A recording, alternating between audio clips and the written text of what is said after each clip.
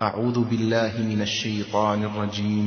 ولله الأسماء الحسنى فادعوه بها وذروا الذين يلحدون في أسمائه سيجزون ما كانوا يعملون. السلام عليكم ورحمة الله وبركاته. الحمد لله رب العالمين والصلاة والسلام على سيد الأنبياء والمرسلين نبينا محمد وعلى آله وصحبه أجمعين ومن تبعهم بإحسان إلى يوم الدین. محترم ناظرین کرام، آج ہمارے ساتھ اللہ تعالیٰ کے اسماء حسنہ میں دو نام ہیں، الحق المبین. دونوں ایک جگہ قرآن کریم میں استعمال ہوئے ہیں، جیسا کہ سورہ نور میں اللہ تعالیٰ فرماتا ہے یومئذ یوفیہم اللہ دینہم الحق وَيَعْلَمُونَ أَنَّ اللَّهَ هُوَ الْحَقُّ الْمُبِينُ. اس دن یعنی قیامت کے دن اللہ تعالیٰ ان کا سچا برحق بدلہ پورا دے گا، اور وہ لوگ جان لیں گے، یقین کر لیں گے کہ بے شک اللہ تعالیٰ وہی برحق ہے، وہی سچا ہے، اور وہی بالکل واضح کرنے والا ہے. الحق یہ نام قرآن کریم میں 10 جگہ پر آیا ہے، اور الحق کے معنی کہ اللہ حق ہے، برحق ہے، سچا ہے. اور اسی طریقے سے المبین کے معنی حق کو ظاہر کرنے والا ہے. نبی کریم صلی اللہ علیہ وسلم قیام اللیل میں تہجد کے وقت جو نماز پڑھتے تھے، اس وقت آپ دعائیں پڑھتے تھے، دعائیں کرتے تھے. ان دعاؤں میں اللہم لک الحمد انت قیم السماوات والارض ومن فیہن، لمبی دعا جس میں نبی کریم صلی اللہ علیہ وسلم فرماتے تھے وَلَكَ الْحَمْدُ أَنْتَ الْحَقُّ وَقَوْلُكَ الْحَقُّ وَلِقَاؤُكَ حَقٌّ وَالْجَنَّةُ حَقٌّ وَالنَّارُ حَقٌّ وَالنَّبِيُّونَ حَقٌّ وَمُحَمَّدٌ صلی اللہ علیہ وسلم حَقٌّ وَالسَّاعَةُ حَقٌّ. آپ فرماتے تھے، نبی کریم صلی اللہ علیہ وسلم کی مبارک دعائیں ذرا سنیے کس طریقے سے اللہ تعالیٰ کی تعریف کرتے ہیں، کیسے الفاظ آپ کے ہیں. نبی کریم صلی اللہ علیہ وسلم فرماتے ہیں وَلَكَ الْحَقُّ وَلَكَ الْحَمْدُ، اے اللہ تیری ہی ساری تعریف ہے، ساری تعریفیں تیرے لیے ہیں. انت الحق، تو ہی برحق ہے، تو ہی سچا ہے، اور تیری بات پوری سچی ہے، تیری ملاقات سچی ہے. جنت برحق ہے، دوزخ برحق ہے، اور انبیاء برحق ہیں، محمد صلی اللہ علیہ وسلم برحق ہیں، قیامت برحق ہے. تو حق باطل کے خلاف یعنی باطل کے اپوزٹ کو حق کہتے ہیں. تو اللہ تعالیٰ برحق کا مطلب یعنی اللہ کے علاوہ جتنے معبودان باطل ہیں یہ سب کے سب باطل ہیں. اور ابن جریر رحمۃ اللہ علیہ فرماتے ہیں قرآن کریم کی آیت سورہ یونس آیت نمبر 30 میں وَرُدُّوا إِلَى اللَّهِ مَوْلَاهُمُ الْحَقِّ، اور یہ لوگ اللہ تعالیٰ جو ان کا حقیقی آقا ہے، برحق آقا ہے، سچا مالک ہے، اس کی طرف یہ لوگ لوٹائے جائیں گے. یعنی مشرکین امام تبری رحمۃ اللہ علیہ فرماتے ہیں کہ یہ مشرکین اللہ تعالیٰ کی طرف پلٹ کر جائیں گے جو کہ ان کا پروردگار ہے، ان کا مالک ہے جی، اور جس میں کوئی شک نہیں. اور امام خطابی کہتے ہیں کہ الحق سے مراد هو المتحقق کونہ ووجودہ، جس کا رہنا، جس کا وجود برحق ہے، اور ہر چیز اسی برحق پروردگار کے حکم سے ہے. اور ایک کہ جنت برحق ہے، دوزخ برحق ہے. امام سعدی رحمۃ اللہ علیہ فرماتے ہیں کہ اللہ تعالیٰ الحق کا مطلب یہ ہے کہ وہ اس کی ذات میں سچا ہے، اس کی صفات میں سچا ہے، اور اس کا وجود بالکل واجب ہے جس کے بغیر یہ کائنات ہو نہیں سکتی. اس کے صفات اور اس کے اسماء میں وہ بالکل مکمل ہے، پرفیکٹ ہے. اور دنیا میں جتنی چیزوں کا وجود ہے اللہ تعالیٰ کے وجود سے ہے. وہ ہمیشہ تھا اور ہمیشہ رہے گا، اور ہمیشہ کمال اور جمال اور جلال کی صفات سے وہ متصف رہے گا، اور ہمیشہ اس کا احسان رہے گا.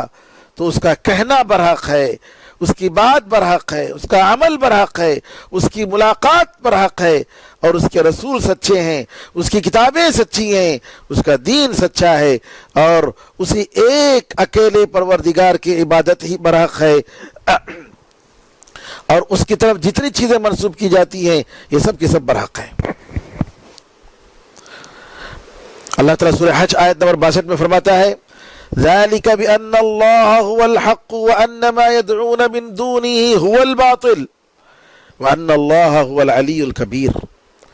یہ اس وجہ سے کہ اللہ تعالیٰ وہی اکیلا برحق ہے، سچا ہے، اور یہ لوگ جو اللہ کے علاوہ دوسرے کو پکارتے ہیں وہ باطل ہے، مکمل اور سراسر باطل ہے، اور بے شک اللہ تعالیٰ وہی سب سے اونچا اور سب سے بڑا ہے۔ اور اللہ فرماتا ہے وَقُلِ الْحَقُّ مِن رَبِّكُمْ فَمَنْ شَاءَ فَلْيُؤْمِنْ وَمَنْ شَاءَ فَلْيَكْفُرْ۔ سورہ کہف آیت نمبر 29، کہہ دیجئے کہ حق صرف تمہارے پروردگار کی طرف سے ہے۔ ڈنکے کی چوٹ پر اللہ تعالیٰ فرماتا ہے کہ حق کہاں سے ہے، حق کا سورس کون ہے؟ اللہ ہے۔ تمہاری عقل اور تمہارا دماغ، تمہاری عادتیں، تمہاری سیاست، یہ سب حق نہیں ہے۔ حق کہاں سے ہے؟ اللہ کی طرف سے ہے، جو ہمارے پاس قرآن اور حدیث کی روشنی میں موجود ہے۔ فَمَنْ شَاءَ فَلْيُؤْمِنْ وَمَنْ شَاءَ فَلْيَكْفُرْ۔ اللہ نے جو بتانا ہے بتا دیا، کہا اس کے بعد جو چاہے مانے، جو چاہے نہ مانے، جو چاہے ایمان لائے، جو چاہے انکار کرے۔ سورہ یونس آیت نمبر 32 سے فرماتا ہے فَمَاذَا بَعْدَ الْحَقِّ إِلَّا الضَّلَالِ۔ حق کے بعد ضلالت و گمراہی کے سوا اور کیا رہ گیا ہے؟ کچھ نہیں۔ حق کے بعد اگر کوئی چیز ہے گمراہی ہے۔ سورہ اسراء آیت نمبر 81 میں فرماتا ہے وَقُلْ جَاءَ الْحَقُّ وَزَهَقَ الْبَاطِلُ إِنَّ الْبَاطِلَ كَانَ زَهُوقًا۔ کہہ دیجئے حق آ گیا، باطل مٹ گیا، اور بے شک باطل مٹنے والا ہے۔ ہم مومنوں کو اس پر یقین ہونی چاہیے، پورا مکمل ایمان ہونا چاہیے کہ اللہ تعالیٰ اکیلا برحق ہے، اس کا دین برحق ہے، اس کی ہر بات برحق ہے، اور اللہ تعالیٰ کے علاوہ جتنی چیزیں جہاں سے بھی آئی ہیں وہ باطل ہیں، اور وہ ختم ہونے کے لیے آئی ہیں، ختم ہو کر رہیں گی۔ محترم ناظرین کرام، ان آیات کی روشنی میں ہم لوگوں کو جو سبق ملتی ہے وہ یہ ہے کہ سب سے پہلے کہ اللہ تعالیٰ کا وجود برحق ہے۔ سارے مخلوقات ختم ہونے والے ہیں، اور وہ اکیلے اللہ تعالیٰ ہے جو ہمیشہ کے لیے زندہ ہے، کبھی ختم نہیں ہوگا۔ وہ اکیلا، وہ پروردگار، وہ اللہ ہے جس کو نہ اونگ آتی ہے، جس کو نہ نیند آتی ہے، جو نہ تھکتا ہے، جو نہ تھکان محسوس کرتا ہے۔ اور یہ کہ اللہ تعالیٰ کے نام، اس کی صفات، یہ سب کے سب برحق ہیں، اس میں کوئی چیز باطل نہیں ہے، نہ اس کے علم میں، نہ اس کی قدرت میں، نہ اس کی عزت میں، نہ اس کی طاقت میں، نہ اس کی حکمت میں۔ وہ اکیلے اللہ ہے جو اپنی ذات و صفات میں اور ناموں میں مکمل ہے، پرفیکٹ ہے۔ اور یہ کہ اللہ تعالیٰ اس کی ربوبیت، لوگوں کو پیدا کرنے اور پالنے میں، اس کی الوہیت، اس کی عبادت اور بندگی میں وہ برحق ہے۔ اور یہ کہ وہ پروردگار جی جتنے مخلوقات پوری اس کی عبادت کر رہے ہیں وہ حق پر ہیں، اور جو اس کے علاوہ کسی اور کی عبادت کرتے ہیں وہ باطل پر ہیں۔ اس کے سارے کام برحق ہیں اور حکمت کے مطابق ہوتے ہیں۔ اس کی خبریں، جو بھی اس نے خبر دی، برحق ہے۔ اس کی شریعت برحق ہے، اس کا فیصلہ برحق ہے، اس کا بدلہ اور اس کا انصاف برحق ہے۔ اللہ نے کتاب نازل فرمائی حق کے ساتھ، جی رسولوں کو حق کے ساتھ بھیجا، آسمان و زمین کو حق کے ساتھ پیدا کیا، بیکار نہیں پیدا کیا۔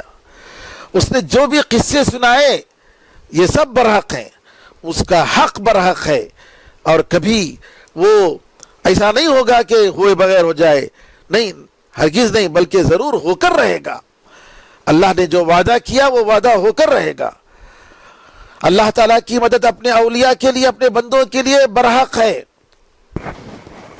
موت کے بعد زندگی برحق ہے، جنت و دوزخ برحق ہے، قیامت برحق ہے. کیوں؟ یہ سب کچھ اس برحق اللہ تعالیٰ کی طرف سے آیا ہے. محترم ناظرین کرام، اللہ تعالیٰ کے انعام الحق پر ایمان لانے کا تقاضا یہ ہے کہ ہم اس کی پوری عزت کریں، محبت کریں، کیونکہ یہ برحق پروردگار ہے اور اس کے علاوہ جو بھی ہے وہ باطل ہے. اور جتنے بھی انسان، جو بھی مخلوق ہیں، اسی حق کی مدد سے جیتے ہیں، زندگی گزارتے ہیں. اور اس وجہ سے کہ وہ سب سے پہلے ہے، اس سے پہلے کوئی چیز نہیں. پیدا کرنا بھی اسی کی طرف سے ہے. پیدا کرنے کے بعد امداد، اعداد اور امداد، تیاری، تربیت اور مدد سب اسی کی طرف سے ہے. اور جتنے بھی اسباب ہیں یہ سب مسبب الاسباب، اسباب کے پیدا کرنے والے، بنانے والے اس پروردگار برحق اور سچے پروردگار کی طرف سے ہیں، کسی اور کی طرف سے نہیں ہے. جب ایسی ذات ہے تو کیا بتائیے کہ ایسی ذات سے محبت کرنا ہر مومن بندے کا فرض نہیں ہے؟ اور اسی طریقے سے الحق سے ہمیں یہ سبق ملتا ہے کہ ہم مومنوں کو خوش ہونا چاہیے کہ اللہ تعالیٰ نے ہمیں دین حق عطا فرمایا. اللہ تعالیٰ کی دین جو سچا دین ہے وہ ہمیں عطا فرمایا، گمراہی سے بچا لیا. دنیا کی دولتوں سے زیادہ اس پر خوش ہونے کی ضرورت ہے. قرآن میں اللہ فرماتا ہے قُلْ بِفَضْلِ اللَّهِ وَبِرَحْمَتِهِ فَبِذَلِكَ فَلْيَفْرَحُوا هُوَ خَيْرٌ مِّمَّا يَجْمَعُونَ. کہہ دیجئے اللہ کے فضل اور اس کی رحمت کا یہ تقاضا ہے، یہ نتیجہ ہے کہ یہ دین تمہیں ملا ہے. اس دین سے ان کو خوش ہونا چاہیے، ان کو اس دین کی دولت پر خوش ہونا چاہیے.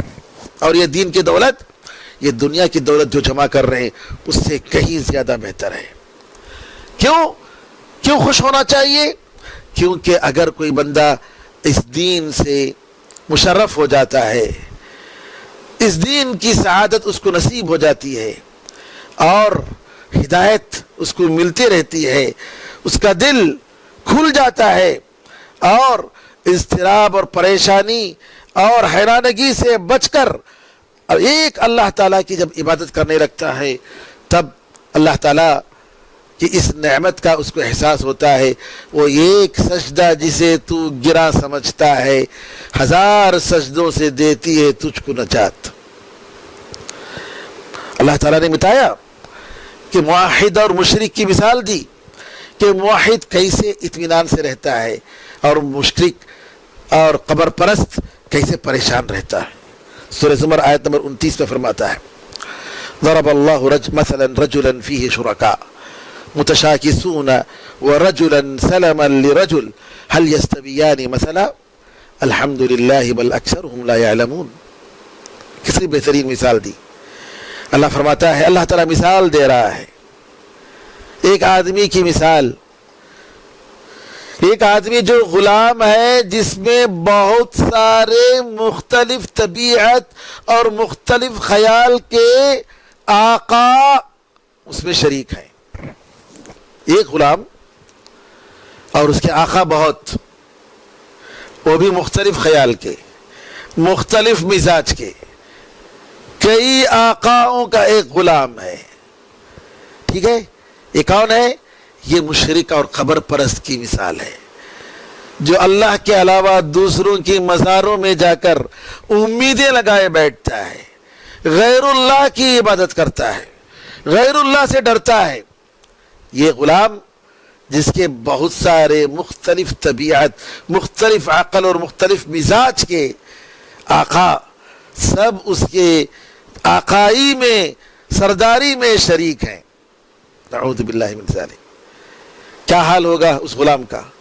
ایک آقا یہ بول رہا ہے، دوسرا آقا دوسرا بول رہا ہے، تیسرا آقا تیسری بات بول رہا ہے، جی ایک دوسرے کے مزاج کے خلاف. جی کوئی کہتا ہے آؤ، کوئی کہتا ہے جاؤ، کوئی کہتا ہے اٹھو، کوئی کہتا ہے بیٹھو. نعوذ باللہ من ذالک. ایک اور مثال موحد کی مثال، وَرَجُلًا سَلَمًا لِرَجُلٍ. اور ایک مومن بندہ جی جو ایک دوسرا آقا ہے اس کا، جس کے لیے پوری طریقے سے وہ اکیلا انسان کمپلیٹ طریقے سے سرنڈر ہے. حل یستویان مسئلہ، یہ موحد تو ایک اللہ تعالیٰ کی عبادت کر رہا ہے، سورس اس کا ایک ہے، وہی اسی ایک سے اس کو وحی آتی ہے، اسی ایک سے اس کو آرڈر ملتا ہے. شریعت، حقیقت، دین، سب کچھ اسی کی طرف سے. بتائیے کہ کیا دو انسانوں میں فرق نہیں ہے؟ کیا دونوں برابر ہیں؟ الحمدللہ، اللہ کے لیے ساری تعریف ہے جو اس ایک اللہ نے برحق اللہ تعالیٰ نے ہمیں اس عظیم دین کو عطا فرمایا، عظیم شریعت عطا فرمائی، جس میں کسی بھی قسم کا اختلاف نہیں، جس میں کسی بھی قسم کا اضطراب نہیں، جس کی آیتیں اور جس کی حدیثیں جی ایک دوسرے کی تائید کرتی ہیں، ہم نوا ہیں، ایک ہی خیال کے ہیں، اور چونکہ ایک ہی اللہ تعالیٰ کی طرف سے ہے، اس میں کوئی اختلاف نہیں.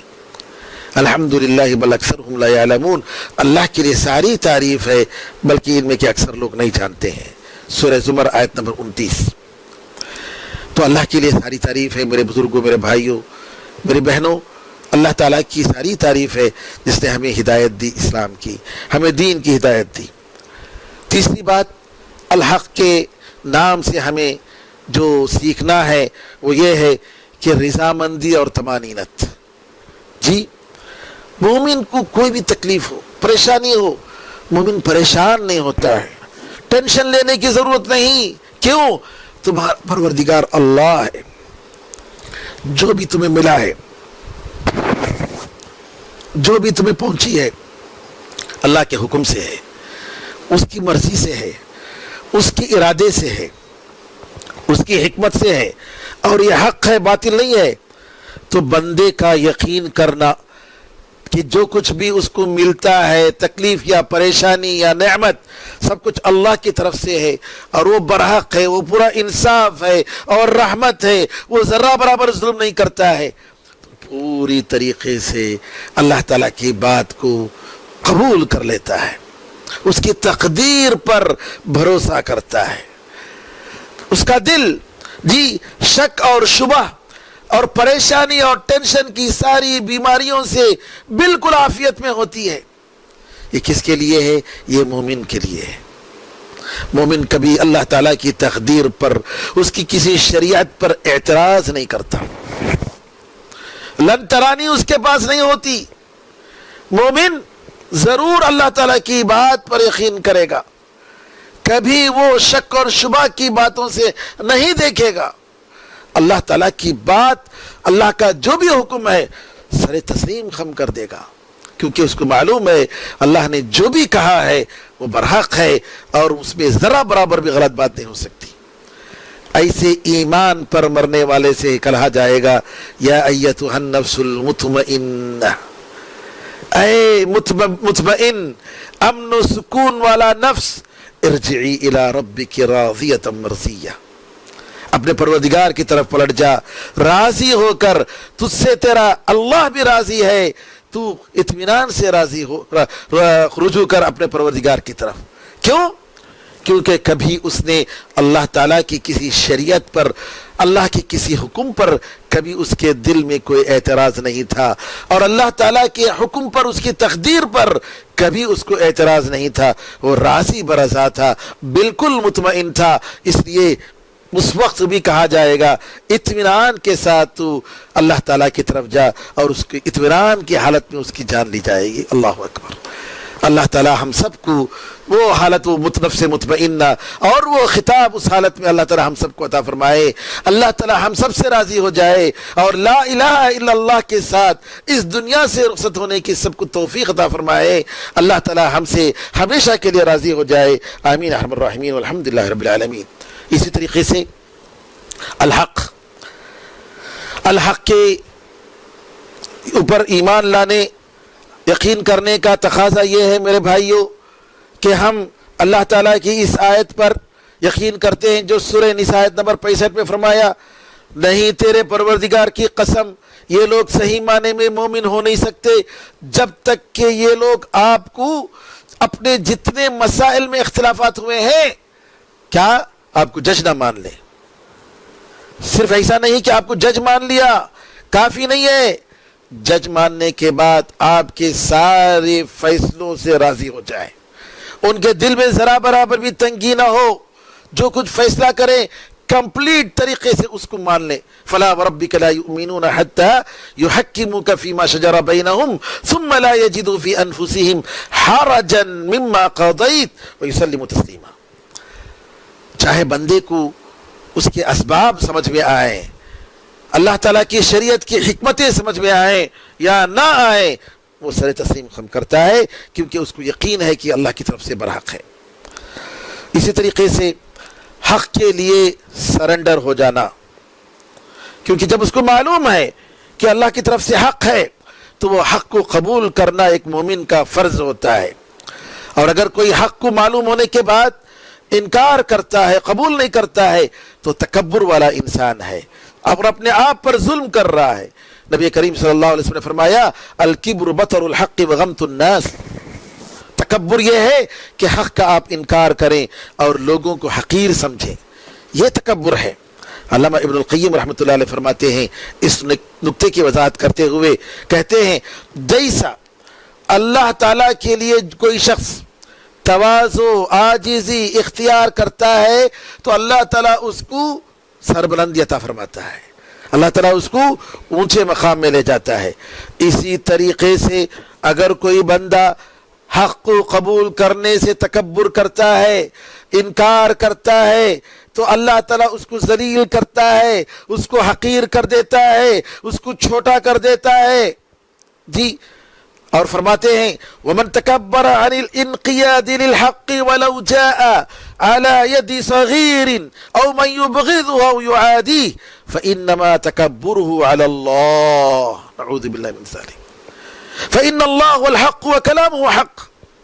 کہتے ہیں اگر کوئی شخص حق کو قبول کرنے سے انکار کر دیا، تکبر کیا، اگرچہ کہ وہ حق اس سے چھوٹے انسان کی زبان سے ہی کیوں نہ ہو صادر، اس سے چھوٹا انسان، اس سے کم علم والا انسان کہہ رہا ہے جی، لیکن یہ تکبر کی وجہ سے اگر انکار کر رہا ہے، یا ایسے آدمی کی زبان سے وہ حق نکل رہا ہے جس کو وہ پسند نہیں کرتا، جس سے دشمنی کر رہا ہے، اور اپنے تکبر کی وجہ سے حق قبول نہیں کرتا ہے، تو اس کا تکبر حقیقت میں اللہ تعالیٰ کے ساتھ ہے، یہ اللہ پر تکبر کر رہا ہے، کیونکہ اللہ تعالیٰ وہ برحق ہے، وہ حق والا ہے، اس کا کلام برحق ہے، اس کا دین برحق ہے، اور والحق صفته ومنه وله، اور حق اس کی صفت ہے اور اسی سے حق ہے اور اسی کے پاس حق جاتا ہے۔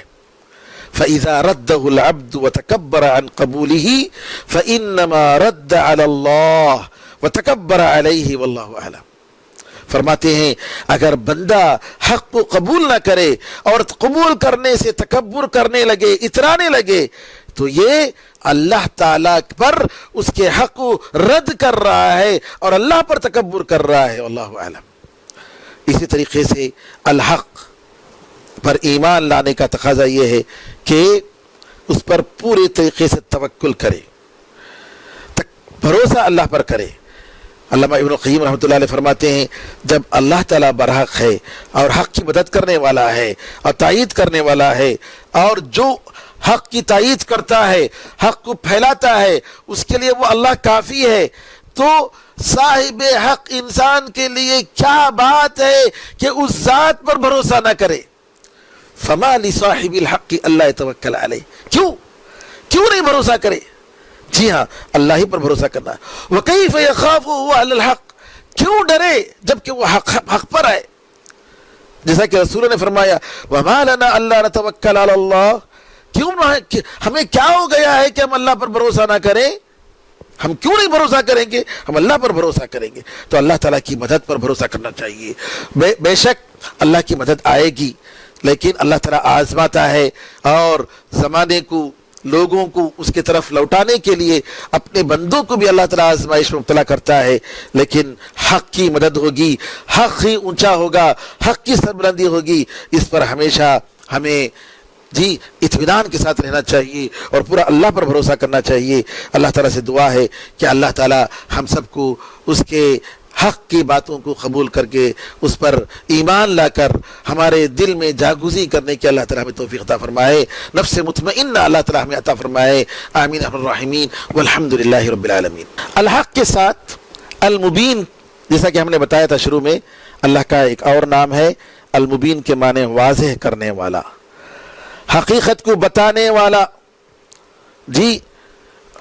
اللہ تعالیٰ الحق المبین کہا، یعنی الحق برحق ہے، سچا ہے اور کھول کھول کر بتانے والا، واضح کرنے والا۔